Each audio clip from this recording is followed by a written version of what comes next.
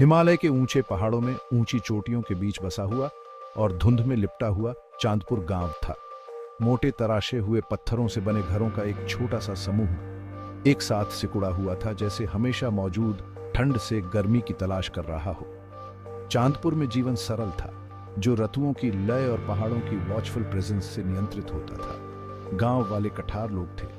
उनके चेहरे पर पीढ़ियों के ज्ञान और रेजिलियंस की छाप थी, जो उसी विशाल आकाश के नीचे रहते और मरते थे। गांव के ऊपर घाटी के दृश्य वाली एकांत पहाड़ी पर एक ढहती हुई हवेली खड़ी थी। विस्परिंग हाइट्स के रूप में जाना जाता है।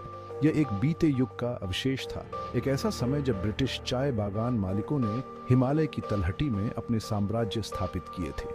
अब लंबे समय से अबैंडन्ड, यह बर्फ से ढकी चोटियों के खिलाफ एक स्टार्क सिलुएट के रूप में खड़ा था, एक साइलेंट सेंटिनल जो उन रहस्यों की रखवाली कर रहा था जिन्हें अनडिस्टर्ब्ड छोड़ देना सबसे अच्छा था। हवेली हमेशा से ही गांव वालों के लिए डर और आकर्षण का स्रोत रही है।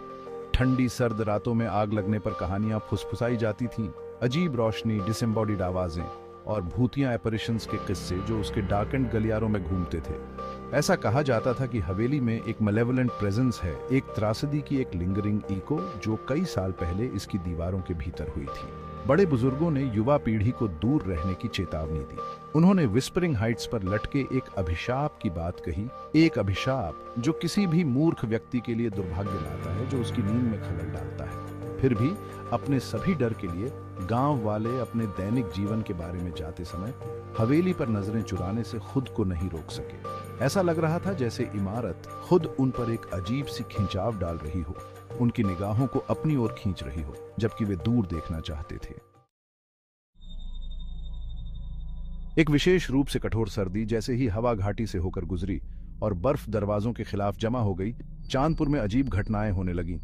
जानवर रहस्यमय तरीके से बीमार पड़ गए, फसलें मुरझा गईं और मर गईं, और गांव पर एक अप्राकृतिक ठंड छा गई जो उसके निवासियों की हड्डियों में समा गई। भय एक छूत की तरह संकरी घुमावदार सड़कों पर फैल गया। गांव के बुजुर्ग, उनके चेहरे चिंता से सराबोर, गांव के किनारे पर छोटे से मंदिर में इकट्ठा हुए। उन्होंने धीमे स्वर में बात की। उनकी आवाज में एक अशुभ भावना व्याप्त थी।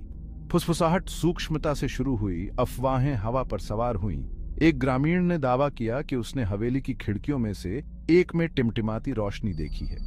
जंगल के किनारे खेल रहा एक बच्चा कसम खाता था कि उसने विस्परिंग हाइट्स की दिशा से खून जमा देने वाली चीख सुनी है। जैसे जैसे दिन रात में बदलते गए, कहानियां और अधिक बार बार अधिक परेशान करने वाली होती गईं। बेचैन करने वाले सपनों और परछाइयों से देखती हुई अनदेखी आंखों की भावना से प्रेतवाधित होकर नींद मुश्किल हो गई।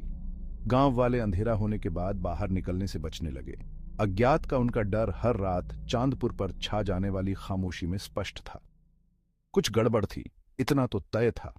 चांदपुर पर एक अनकही दहशत छा गई, एक ऐसा भार जो ग्रामीणों के दिलों पर दबाव डाल रहा था। बुजुर्गों को पता था कि उन्हें कार्य करना होगा, किसी भी प्रकार की बुरी शक्ति को शांत करने का रास्ता खोजना होगा। लेकिन वे क्या कर सकते थे? हवेली में एक ऐसी शक्ति थी जिसने उन्हें आतंक से भर दिया, एक ऐसी शक्ति जिसे वे न तो समझ सकते थे और न ही नियंत्रित कर सकते थे। चांदपुर के युवकों में 4 मित्र थे। विजय स्वाभाविक नेता, उसका साहस केवल उसकी करुणा से मेल खाता था। राजेश विद्वान, उसका दिमाग तेज और जिज्ञासु। संजय संशयवादी, अपने ही डर को छिपाने के लिए हमेशा एक मजाकिया टिप्पणी के साथ तैयार। और रोहित शांत व्यक्ति, उसकी चुप्पी भावना की गहराई को छुपाती है जो उनमें से किसी ने भी एहसास से कहीं अधिक गहरी थी। जैसे ही हवेली की भयानक घटनाओं की कहानियां चे फीवर पिच पर पहुंची, 4 दोस्त खुद को एक साथ खींचते हुए पाए। उनका यूथफुल ब्रवाडो उस डर के खिलाफ एक ढाल था जो उनके अंदर तक कुतर रहा था। एक शाम विजय के घर में आग तापते हुए उन्होंने ध्यान से सुना, क्योंकि विजय के दादा, जो गांव के एक सम्मानित बुजुर्ग थे, ने विस्परिंग हाइट्स की कथा सुनाई। उन्होंने एक ब्रिटिश चाय बागान मालिक की बात कही जो लालच और पैरानोया से पागल हो गया था, जिसने हवेली की दीवारों के भीतर अपने पूरे परिवार की हत्या कर दी थी। बागान मालिक अपने कार्यों के अपराध और भयावहता के साथ जीने में असमर्थ ने अपनी जान ले ली। उसकी पीड़ित आत्मा हमेशा के लिए अपने अकथनीय अपराधों के स्थल से बंध गई। ऐसा कहा जाता था कि उसकी बेचैन आत्मा अभी भी विस्परिंग हाइट्स के हॉल में घूमती है, अपनी शाश्वत पीड़ा से मुक्ति की तलाश में। बूढ़े आदमी के शब्द हवा में भारी पड़े हुए थे। आग की रोशनी दीवारों पर लंबी नाचती हुई परछाई डाल रही थी। कमरे में अचानक सन्नाटा छा गया, केवल लपटों की छटकने की आवाज सुनाई दे रही थी। ये विजय था जिसने पहले बात की। उसकी आवाज एक ऐसे आत्मविश्वास से गूंज रही थी जिसे उसने पूरी तरह से महसूस नहीं किया था। हमें इसका अंत करना चाहिए, उसने घोषणा की। उसकी आंखें दृढ़ता से चमक रही हैं। हमें इस बुराई का सामना करना चाहिए और इसे हमेशा के लिए अपने गांव से भगा देना चाहिए। उनके शब्दों को डर और प्रशंसा के मिश्रण से मिला। राजेश, हमेशा तर्क की आवाज ने इस तरह के लापरवाह कदम के खिलाफ आगाह किया। संजय ने, हालांकि उसकी आवाज थोड़ी कांप रही थी, घोषणा की कि वह अपने दोस्तों को अकेले इस तरह के खतरे का सामना नहीं करने देगा। और रोहित ने अपनी निगाहें आग की लपटों पर टिकाए हुए बस सिर हिलाया। उसकी आंखों में एक चमक थी। फैसला हो गया था, वे उस अंधकार का सामना करेंगे जो विस्परिंग हाइट्स को सताती है। अगली सुबह अपने साहस और उदासी को भेदने के लिए एक टिमटिमाते हुए लालटेन के अलावा कुछ भी नहीं लेकर चारों दोस्त हवेली के लिए निकल पड़े।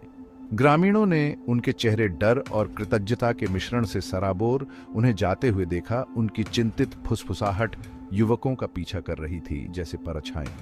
जैसे ही वे हवेली तक जाने वाले घुमावदार रास्ते पर चढ़े, हवा ठंडी होती गई।